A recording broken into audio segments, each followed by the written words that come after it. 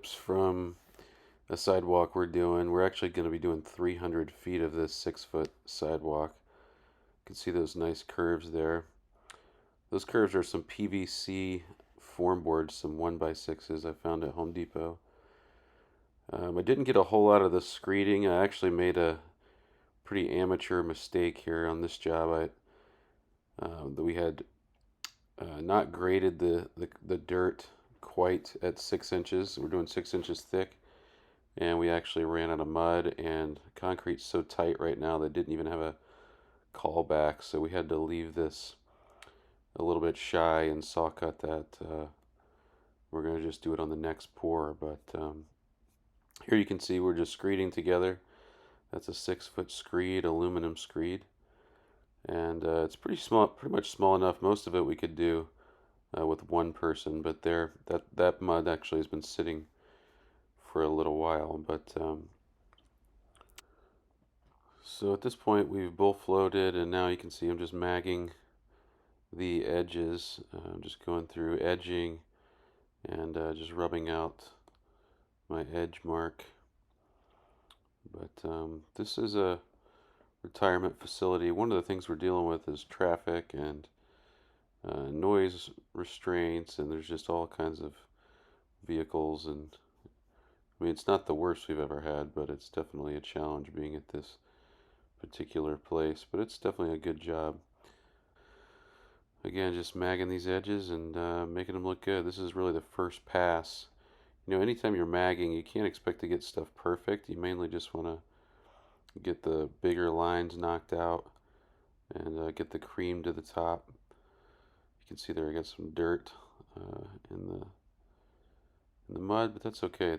You can just trowel it right out. You can see you can just hit it with the edger, and it's fine. But so here you can see these openings for this sidewalk was originally a curb, so we have these returns, and they're 2 feet on each side, and they have to be hand shaped with the way that they um, are. You can't really form that because there's like a 2 inch lip, and definitely is an art and takes a lot of practice.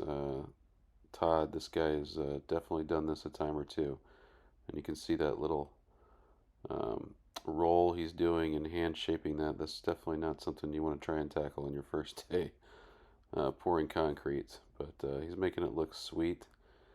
And yeah, he's got this little 2 inch edger as well that makes this definitely a little bit easier. You definitely got to have the right tool for that with that little gap there. That's how he had to cut it back like that because it was had like a little lip, and it wouldn't be a smooth transition into the sidewalks.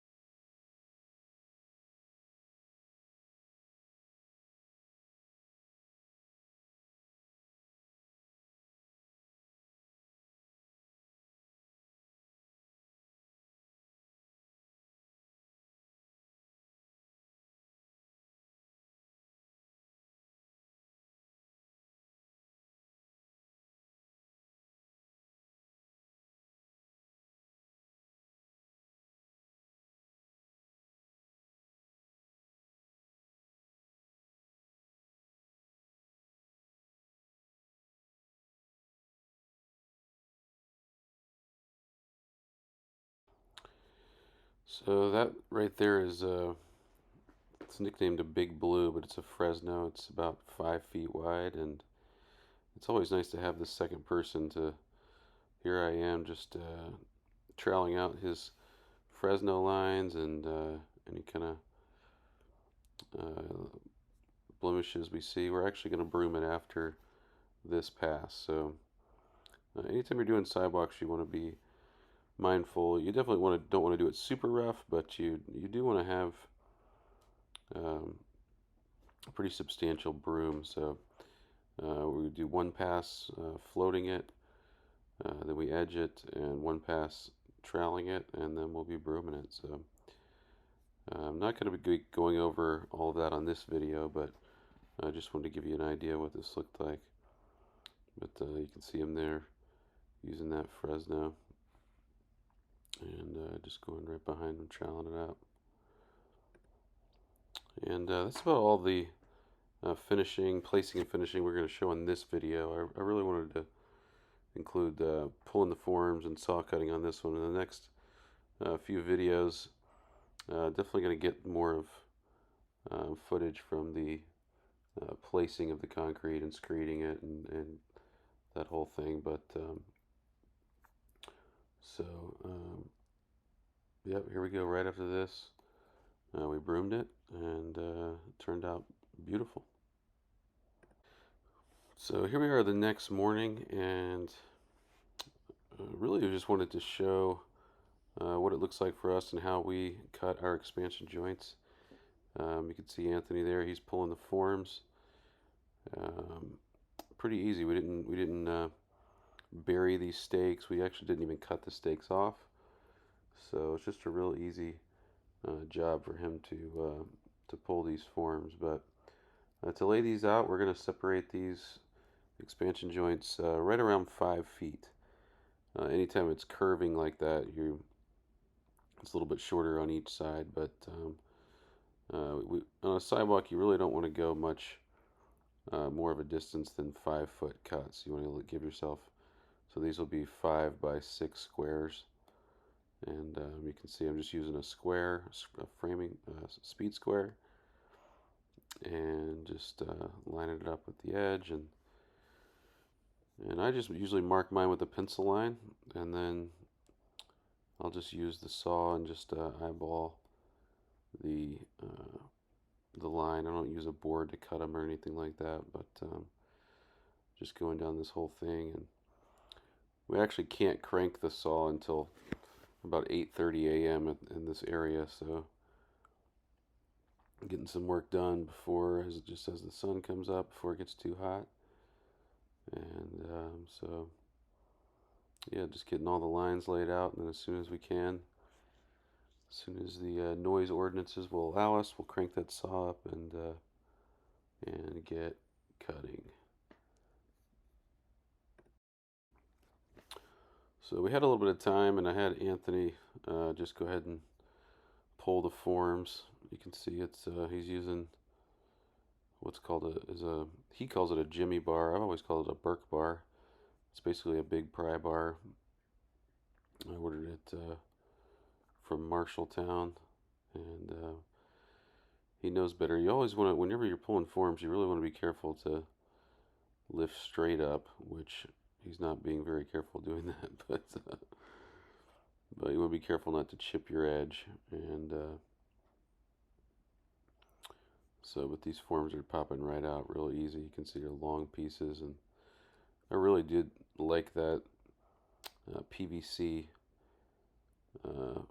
trim I found at Home Depot. It's something, I did a little research. You know, a lot of guys use Masonite or those reusable forms you can order. They were substantially more than this, and we should be able to reuse these forms for several different jobs. So they were fairly expensive. They were right around $50 for a 12-foot stick, but they're made of PVC, very flexible.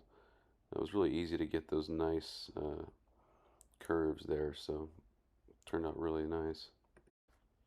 And you can see as well, anytime we had a run that was fairly straight, we used just some common boards, some 1x6s, and those were also 12 footers. Surprisingly, the 1x6s would bend pretty well, so um, you'd be surprised how much of a radius you can get out of a 1x6, especially the PT. I found the PT ones actually bend easier, so if you're doing some radiuses, you can, if they're not too sharp, you could get away with them, get away with using 1x6s, but if they're going to be real sharp curves, you're going to want to go with something more flexible like masonite or that PVC trim that we got there from Home Depot. So here I am just cutting. This is a Makita quick cut. It's a 14 inch. A lot of guys are using the just a worm drive circular saw for this. I mean, this is what I had in the trailer, and this is one of the saws that I own. So for me, it's just easy enough just to grab it and go. And anytime you're cutting expansion joints, you want to go 1/4 inch the thickness of the slab. So this slab is 6 inches, or maybe a little more, 6, 7 inches. So I'm cutting them right at 2 inches deep just to be safe. Um, Expansion joints are the purpose of expansion joints is to tell them where the concrete to crack. So concrete's always going to crack, and the reason why you put these expansion joints in is to control the cracks. They're called control joints. So you just want to put those in and to try and that way the concrete just doesn't crack wildly. You want to be sure and put in expansion joints. If it was a big open area, you could get away with sections of about 10 by 10, but if it's a smaller sidewalk like this, usually in sidewalks you see expansion joints every 5 feet. So that's what we're doing here, 5 foot expansion joints. And this saw is it's been a good one. I actually got this used from Home Depot for about half price. I've been using it for a couple of years. I just changed a couple belts, done a tune-up on it maybe twice, and I've been very happy with it. I like having the saw that you don't have to mix oil, and it's always nice to have a 4 cycle instead of dealing with a 2 cycle oil. So all you have to do is put gas. I definitely put ethanol-free gas in it. You always want to do that with your saws or anything that may be sitting around a little bit, a week or two at a time. But yeah, you can just see there, just following the line. And some people prefer to put a board down, but I actually don't like to do that. I seem to be able to get the lines looking better just by eyeballing it with my line. So yeah, I'd love to hear your comments, how you do things differently. Feel free to comment below. Hope you've been blessed by it. Gonna try and keep just posting videos of these different jobs I do, and hopefully it's you can learn something from this. Hopefully it's useful. Maybe you're putting a slab in around your house or something like that. I'd love to know any questions you have or comments.